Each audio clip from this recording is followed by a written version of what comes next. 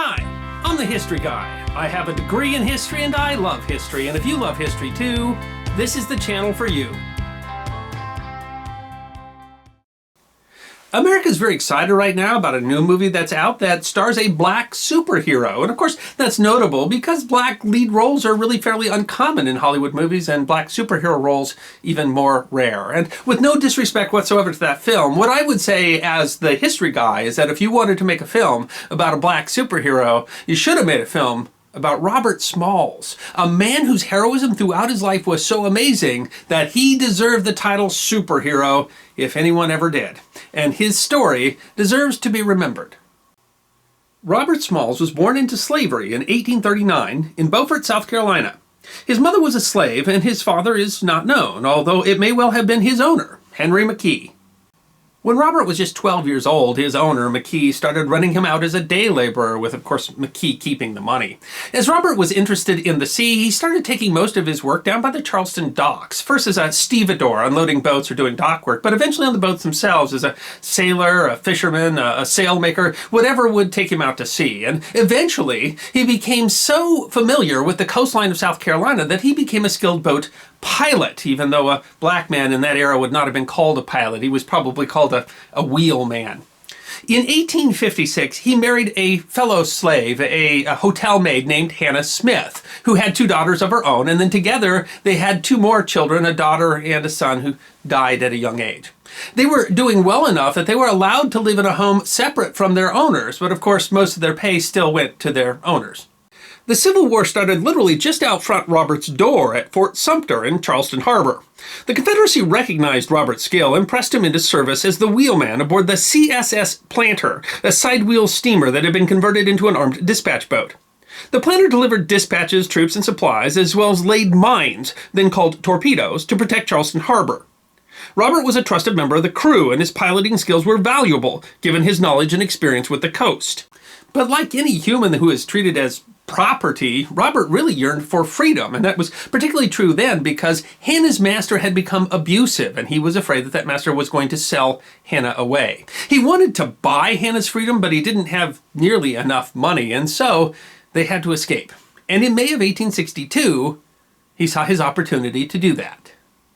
Smalls had noticed that the Confederate officers made a habit of leaving the ship at night, so he and the other 8 slaves aboard hatched a plan. On May 12, 1862, the Planter was docked in Charleston, carrying a load of 4 cannon that were intended to add to the city's defenses. When, in the evening, the officers left the ship, Smalls and the crew took the boat, met their families at a prearranged spot in the harbor, and fled to the Union blockade. This was no simple feat. Had they been caught, they would have all certainly been executed. The harbor was well defended, with 5 Confederate harbor forts, each capable of destroying the boat. But Smalls knew all the proper signals, and even impersonated the captain standing at the front of the boat. Once free of the harbor, they lowered the Confederate flag and put up a white sheet, hoping the ships of the Union blockade would see it. Yet they were still nearly fired upon by the Federal blockade fleet. As the captain of the armed clipper, USS Onward, seeing the Confederate gunboat, ordered the guns to ready, a crewman with binoculars saw Smalls and his compatriots waving frantically from the deck. Once the captain of the Onward boarded the Planter, Smalls reportedly asked him if they had a Union flag that the ship could fly. Incredibly, Smalls' audacious plan had not only allowed him to steal a Confederate warship from a well-defended harbor and deliver it to the Union, but also to deliver 9 families from slavery. No superhero ever accomplished more. Smalls became a hero in the Union, but the Confederacy put a $4,000 bounty on his head. His knowledge of the Charleston harbor and defenses was invaluable to the Union, and he ended up serving as a pilot aboard a number of Union warships, including the now USS Planter. Having planted mines for the Confederacy, now he helped the Union to disarm them. An 1883 naval report noted that he participated in 17 Civil War battles and engagements, including serving as a pilot aboard the ironclad USS Keokuk during the disastrous attack on Charleston, April 7th of 1863, where the ship was savaged by Fort Sumter's guns. The heavily damaged ship was able to withdraw under her own power, due in large part to Smalls' considerable piloting skills. In December of 1863, he was back aboard USS Planter when the steamer got caught in a crossfire between Union and Confederate troops near Folly Island. The captain of the boat, James Nickerson, panicked and ordered the boat to surrender.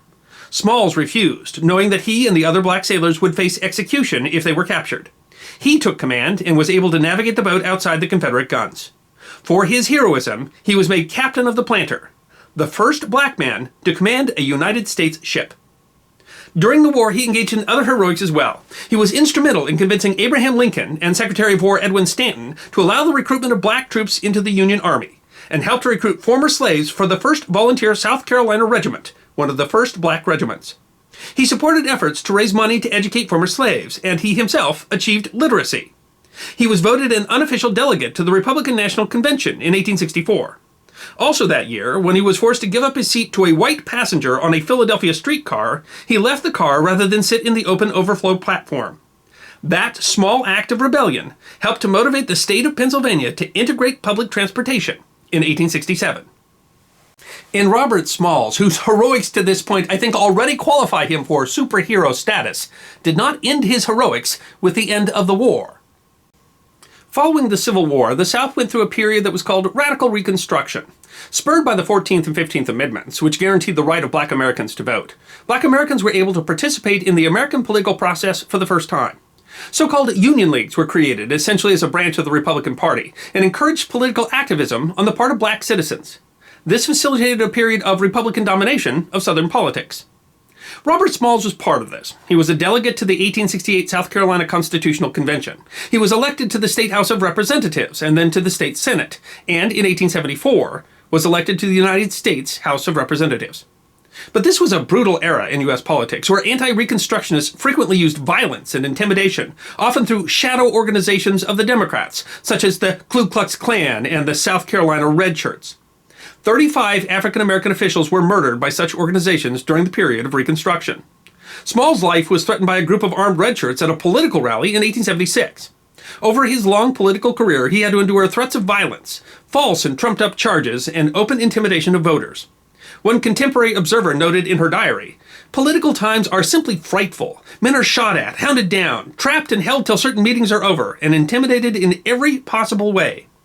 Eventually, Democrats won back the South and enacted numerous constitutional and legal changes designed to disenfranchise the black vote. Robert Smalls conducted his long political career during an era where serving meant risking his life, and the mere act of a black man voting was an act of heroism in the face of violence. 10 minutes is far too short a time to go over all the causes and crusades of Robert Smalls. The man who escaped slavery by audaciously stealing a Confederate warship underneath their very noses, never backed down in the face of adversity. The young man who had to flee slavery because he could not afford to purchase his wife's freedom, after the war used the money given to him by the Union as a prize for capturing the CSS Planter to purchase his former owner's home. The young man who was central to the Union decision to incorporate black troops into the Union Army eventually was made a major general in the South Carolina militia. In 2004, when the U.S. Army named a massive Besson-class logistic support vehicle the USAV Major General Robert Smalls, it became the first U.S. Army vessel to be named after an African American.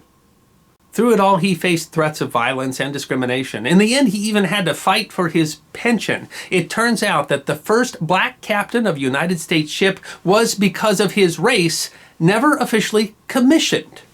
Robert Smalls served throughout the Civil War 17 engagements, technically, as a civilian. Robert Smalls died of diabetes in 1915 at the age of 75. On his monument is a quotation from a statement he made to the South Carolina legislature in 1895. "My race needs no special defense. Their history in this country proves them to be the equal of any man, anywhere. All they need is an equal chance in the battle of life." I'm the History Guy, and I hope you enjoyed this edition of my series, 5 Minutes of History, short snippets of forgotten history, 5 to 10 minutes long. And if you did enjoy it, please go ahead and click that thumbs up button, which is there on your left. If you have any questions or comments, feel free to write those in the comments section. I'll be happy to respond. And if you'd like 5 minutes more of forgotten history, all you need to do is subscribe